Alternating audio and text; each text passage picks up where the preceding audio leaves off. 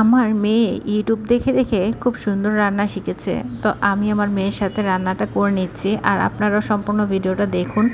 আর ও আমাকে যেভাবে বলছে আমি ঠিক এভাবে এই রেসিপিটা করেছিলাম, বাট এতটা মজার হয়েছিল একদম ধারণার বাইরে। আর আপনারা এইভাবে একবার হলেও ট্রাই করে দেখবেন যে কেমন হয়েছে। বিশ্বাস করুন, একদম ভিন্ন রকম একটি নুডলস রান্না।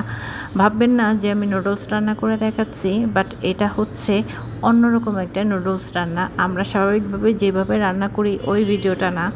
তো আপনারা অবশ্যই ভিডিওটা সম্পূর্ণ দেখার চেষ্টা করুন। যেহেতু এটা হচ্ছে আমার মেয়ের রেসিপি, আপনারা অবশ্যই এটা সম্পূর্ণ দেখবেন এবং সুন্দর সুন্দর কমেন্ট করবেন, আপনাদের কাছ থেকে আমি আশা করছি।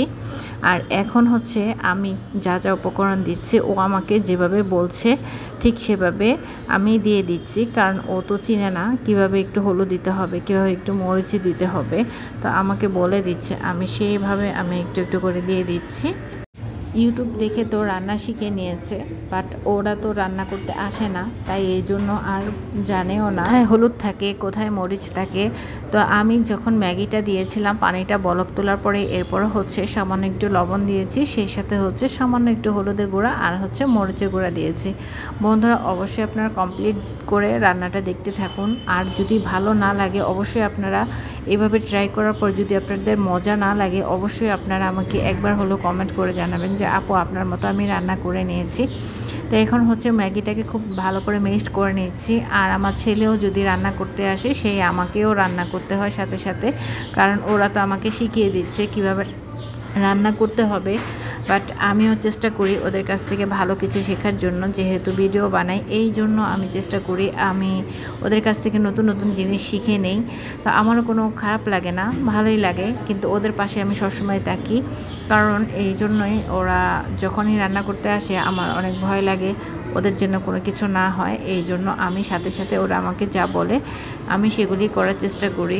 দেন এখানে হচ্ছে আমি 2 টেবিল চামচ একদম ঘন দুধ দিয়েছি একটু। তো আপনারা ভাবছেন যে অনেক খারাপ লাগবে, একদমই খারাপ লাগবে না। আর সেই সাথে হচ্ছে আমি ফ্রিজে রাখা কিছুটা বাটার কেটে এখানে দিয়ে দেব। তো এই রেসিপিটা কিন্তু আপনারা আমি যেভাবে দেখিয়েছিলাম ঠিক এইভাবে আপনারা ট্রাই করবেন বন্ধুরা।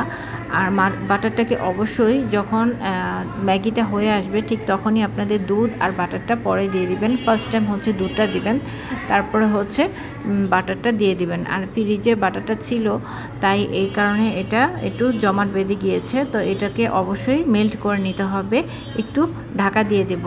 তো বন্ধুরা, যারা যেখান থেকে দেখছেন অবশ্যই আমার মেয়ের রেসিপিটা আমি আপনাদের সাথে শেয়ার করলাম। আমার মেয়েও কিন্তু রান্না করছে, বাট ও ভালো করে নাড়াচাড়া করতে পারে না, তারপরও ও চেষ্টা করে।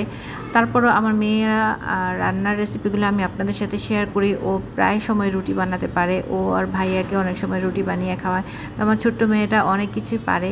তো যাই হোক, তারপরে ও তেমন একটা আমি আগুনের কাছে আসতে দেই না।